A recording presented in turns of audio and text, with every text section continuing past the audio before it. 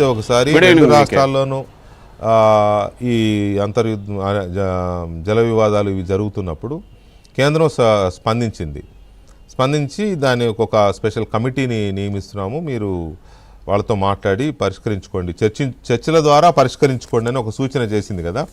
So దీని మీద కేంద్రం వ్యూ ఎలా ఉంది, రెండు రాష్ట్రాలకు సంబంధించి వాళ్ళు ఇచ్చిన సలహాలు ఏంటి? వీకే ఈ రెండు రాష్ట్రాలకు సంబంధించినటువంటి జల వివాదాలకు సంబంధించి ఇటు కేంద్ర ప్రభుత్వంతో పాటు సుప్రీంకోర్టు కూడా మొన్న ఒక సూచన చేసింది. ఇద్దరు కలిసి కూర్చొని మీరు పరిష్కరించుకోండి, మీడియేషన్ ద్వారా ఈ సమస్యను పరిష్కరించుకోవచ్చని. అయితే గత ఏడాది జూలై 16వ తేదీన ఈ ఎఫెక్స్ కౌన్సిల్ ఏదైతే ఈ రీఆర్గనైజేషన్ బిల్లులో ఏదైతే ఈ జల వివాదాలకు సంబంధించి ఏదైనా వివాదాలు వచ్చినప్పుడు ఇరు రాష్ట్రాల ముఖ్యమంత్రులతో కూడినటువంటి ఎఫెక్స్ కౌన్సిల్ ఒక సమావేశం ఉంటుంది. దానికి జలశక్తి మంత్రి చైర్మన్గా ఉంటారు అని కూడా ఒక ఎఫెక్స్ కౌన్సిల్ పెట్టారు. ఆ ఎఫెక్స్ కౌన్సిల్ ఆధ్వర్యంలో సిఆర్ పాటిల్ నేతృత్వంలో ఎఫెక్స్ కౌన్సిల్ సమావేశం జూలై 16న జరిగిన సమావేశంలో తీసుకున్నటువంటి నిర్ణయం మేరకు ఈ రెండు రాష్ట్రాల మధ్య ఉన్నటువంటి వివాదాలను పరిష్కరించుకోవడం కోసం 13 మంది సభ్యులతో ఒక కమిటీని, ప్రత్యేకమైనటువంటి ఒక కమిటీని ఈ ఏడాది 2వ తేదీ జనవరి 2వ తేదీన నియమించింది. ఈ కమిటీకి సిడబ్ల్యూసి చైర్మన్గా ఉంటారు.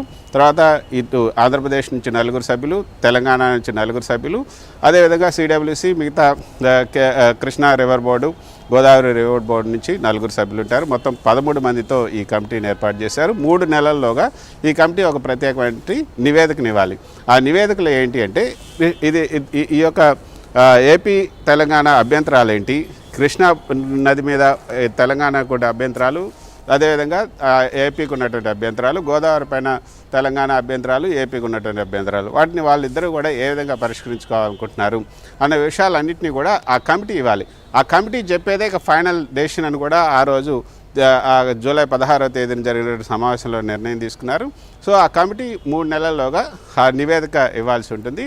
అయితే ఆ కమిటీ నివేదిక అంటే ఆ కమిటీని 2వ తేదీ ఏర్పాటు చేయడానికి ముందే తెలంగాణ ప్రభుత్వం ఈ యొక్క పోలవరానికి link project, Nallamala Sagar link ప్రాజెక్టుకు సంబంధించి సుప్రీంకోర్టులో ఒక రిట్ పిటిషన్ దాఖలు చేసినప్పుడు ఆయన ఆర్టికల్ 131 ప్రకారంగా ఇరు రాష్ట్రాలకు సంబంధించినటువంటి డిస్ప్యూట్లు ఏవైతే ఉంటాయో వాటిని పరిష్కరించాలంటే ఆర్టికల్ 131 ప్రకారంగా సివిల్ సూట్ వేసుకోవాలి. మీరు ఈ రిట్ పిటిషన్ వేసుకుంటే ఇది విచారణార్హం కాదు.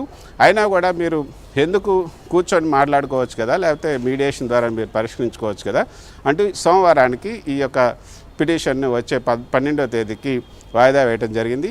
అయితే తెలంగాణ ఈ పిటిషన్లో లేవనెత్తినటువంటి అభ్యంతరాలు ఏంటంటే, మీరు నల్లమల ఈ సాగర్ లింక్ ప్రాజెక్ట్ కనుక ఏర్పాటు చేసుకుంటే, పోలవరం నల్లమల సాగర్ లింక్ ప్రాజెక్ట్ని మీరు ముందుకెళ్తే దాని ఆధారంగా ఒక హక్కు మీకు నికర జలాల్లో మీకు ఒక హక్కు అనేది ఏర్పడుతుంది. ఆ హక్కు ఆధారంగా మీరు తర్వాత ట్రిబ్యునల్స్లో మీరు నీటి కేటాయింపులు కోరే అవకాశం ఉంటుంది. కాబట్టి మీరు ఆ హక్కును కలిగి ఉంటారు. కాబట్టి ఈ ప్రాజెక్టుని మీరు చేయకూడదు. ఈ ప్రాజెక్టుకి అన్ని అనుమతులు కూడా తీసుకోవాలి. పైగా ఎగువన ఉన్నటువంటి మహారాష్ట్ర యొక్క అనుమతి కూడా తీసుకోవాలనేది వాళ్ళ వాదన. ఏదైనా సరే వీకే ఈ జల వివాదాలకు సంబంధించి మనం చూస్తూనే ఉన్నాం. ఇది దశాబ్దాల పాటు కొనసాగుతూనే ఉంటాయి. 1969లో బచావ్ ట్రిబ్యునల్ కృష్ణా గోదావరి రెండింటికి కలిపి బచావ్ ట్రిబ్యునల్ ఒకటే అవార్డు ఇచ్చింది. కృష్ణా ఈ 1969లో ఏర్పాటైంది, 1979లో ఇచ్చింది. అంటే 10 ఏళ్ల పాటు అధ్యయనం చేసి కృష్ణా రివర్లో 800 టీఎంసీలు ఉన్నాయి కాబట్టి ఈ 800 టీఎంసీలని ఉమ్మడి ఆంధ్రప్రదేశ్కి అప్పుడు కేటాయించింది. ఎగువన ఉన్నటువంటి కర్ణాటక, మహారాష్ట్ర కూడా నీటిని కేటాయింపులు చేసింది. అయితే గోదావరికి వచ్చేసరికి ఈ బచావ్ ట్రిబ్యునల్ ఒక నిర్దిష్టమైనటువంటి కేటాయింపులు అప్పుడు చేయలేదు. అంటే గోదావరి పైన అప్పుడు పెద్దగా ప్రాజెక్టులు కూడా 1979లో 69 నుంచి 79 పెద్దగా ప్రాజెక్టులు లేవు. సో అందుబాటులో ఉన్నటువంటి నీటిని మీరు ఉపయోగించుకోండి, ఎంత యూజ్ అయితే అంత ఉపయోగించుకోండి అని చెప్పి బచావ్ ట్రిబ్యునల్ ఈ గోదావరికి సంబంధించి ఒక ఆర్డర్ అంటే ఇవ్వటం జరిగింది. అదేవిధంగా ఇందులో మెయిన్ పార్టీస్ ఏవైతే ఉన్నాయో మధ్యప్రదేశ్ కానీ, ఛత్తీస్గఢ్ కానీ ఇవన్నీ కూడా ఆ ట్రిబ్యునల్లో పాల్గొనలేదు. అందుకే కొంత అంటే పెద్దగా కృష్ణా ట్రిబ్యునల్లో కృష్ణా వాటర్ని కేటాయించినంత ఇదిగా గోదావరి వాటర్ని అయితే కేటాయించలేదు. కానీ పోలవరం కూడా ఇట్స్ అన్ అగ్రిమెంట్ ఆధారంగానే పోలవరానికి కూడా అనుమతులు ఇవ్వడం జరిగింది. దానికి ఒక 430 టీఎంసీలు 430 టీఎంసీలు ఇవ్వడం జరిగింది. అయితే కొంత గోదావరి నీటిని ఇచ్చంపల్లి ప్రాజెక్ట్ ద్వారా కృష్ణా బేసిన్కి మరల్చుకోవచ్చు. ఒక 83 టీఎంసీలని మీరు కృష్ణా బేసిన్కి తరలించుకోవచ్చు అని మాత్రం ఈ యొక్క బచావ్ ట్రిబ్యునల్లో అప్పుడు చెప్పడం జరిగింది. అయితే గోదావరికి సంబంధించి 1979లో ఏదైతే బచావ్ ట్రిబ్యునల్ ఇచ్చిందో అదే కొనసాగుతోంది.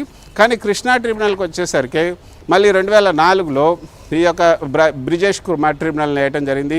సో 2004 అంటే చూడండి, ఇప్పుడు 2024, 25, 26 అంటే 22 సంవత్సరాల పైగా అవుతుంది. ఆ కృష్ణా ట్రిబ్యునల్, బ్రిజేష్ ట్రిబ్యునల్ ఈ కేటాయింపులు జరిపింది కూడా 1001 టీఎంసీ ఉమ్మడి ఆంధ్రప్రదేశ్కి ఇచ్చింది.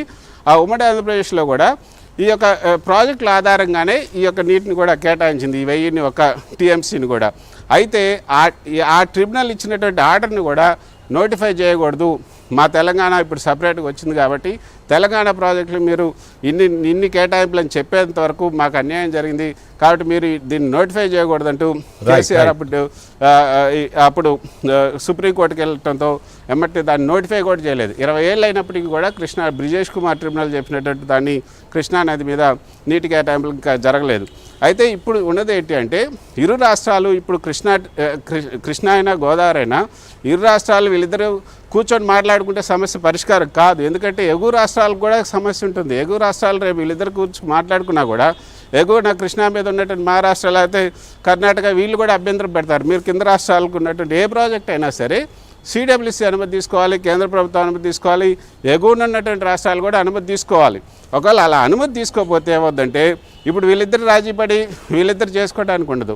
అదేవిధంగా గోదావరి పైన కూడా మధ్యప్రదేశ్, ఛత్తీస్గఢ్ ఏదైతే ఈ యొక్క పార్ట్నర్స్ ఉంటారో ఆ పార్ట్నర్స్ అన్నింటినీ కూడా తీసుకోవాల్సినటువంటి అవసరం ఉంటుంది అన్నది ఇక్కడ నిపుణులు చెప్తున్నటువంటి మాట. సో అందు గురించే మీరు కూర్చొని మాట్లాడుకోండి అని సుప్రీంకోర్టు చెప్పింది, కేంద్రం ఒక కమిటీ వేసింది. సో దీని మీద ముఖ్యమంత్రులు కూడా స్పందిస్తున్నారు. కాకపోతే ముఖ్యమంత్రులు